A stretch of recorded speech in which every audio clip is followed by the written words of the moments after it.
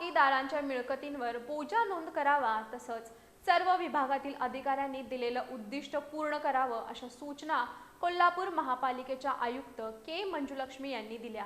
महापालिकेत आज वसुली संदर्भात आयोजित आढावा बैठकीत त्यांनी थकबाकीदारांवर कठोर कारवाई करण्याचे निर्देश अधिकाऱ्यांना दिले। कोल्हापूर महापालिकेच्या वतीनं थकबाकीदारांवर कारवाईची मोहीम सुरू करण्यात आली आहे। या पार्श्वभूमीवर आयुक्त के मंजुलक्ष्मी यांनी आज विविध विभागातील अधिकाऱ्यांसोबत वसुली संदर्भातील आढावा बैठक घेतली।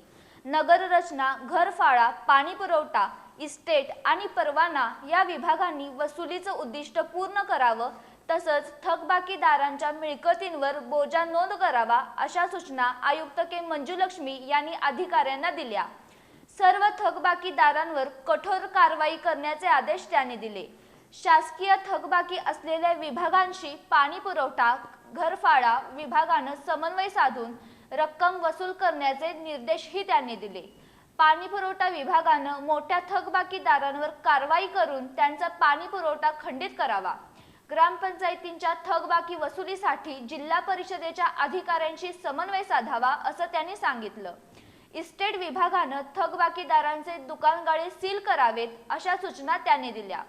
यावेळी अतिरिक्त आयुक्त रविकांत अडसूळ, शिल्पा दरेकर, उपायुक्त परितोष कंकाळ, किरण कुमार धनवाडे यांच्यासह विविध विभागांचे अधिकारी उपस्थित होते।